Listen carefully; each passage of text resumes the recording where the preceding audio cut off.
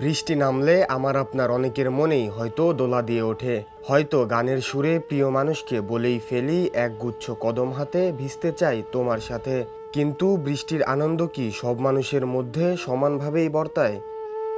ঢাকা মহানগরীর বিভিন্ন রাস্তায় তাকালে চোখে পড়বে ফুটপাতে বাস্তুহারা মানুষদের নির্মম দৃশ্য। রাস্তায় শুয়ে বসে থাকতে দেখা যায় এসব ছিন্নমূল মানুষদের। রিসার্চ গেটের একটি জরিপে উঠে এসেছে ঢাকার সর্বোচ্চ ৭০% মানুষ নিজের বাসাবাড়িতে বসবাস করে। বাকি প্রায় ৩০% মানুষেরই নেই নিজস্ব কোনো আশ্রয়স্থল, বসবাস করছে অভিবাসী হয়ে।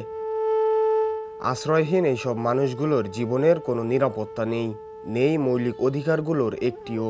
খোলা আকাশের নিচে হঠাৎ ঝপঝপিয়ে বৃষ্টি নামলে একটু আশ্রয়ের জন্য ফ্লাইওভার, শপিং মল বা বড় গাছতলায় তাদের মাথা গোজার একমাত্র স্থান। দুমুঠো ভাত পেটে দিবে এটিও যেন তাদের কাছে হয়ে দাঁড়িয়েছে আকাশচুম্বী কল্পনা।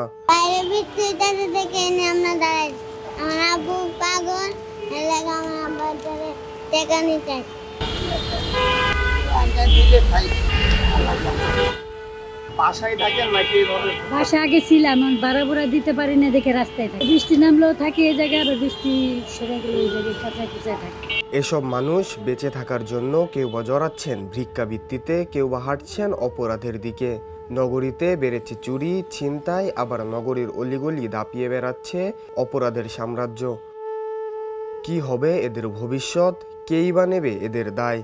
বাস্তুহারা মানুষের জীবন যেন মানব শিকলে আবদ্ধ হয়ে পড়েছে। প্রজন্মের পর প্রজন্ম এদের জীবন চলছে অনিশ্চিত ভবিষ্যতের দিকে। নেই সরকারের সজাগ দৃষ্টিও।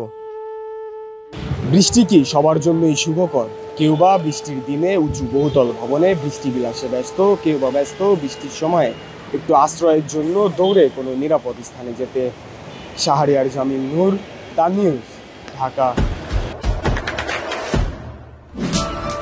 দেশে দেশে সবার সাথে দ্য নিউজ।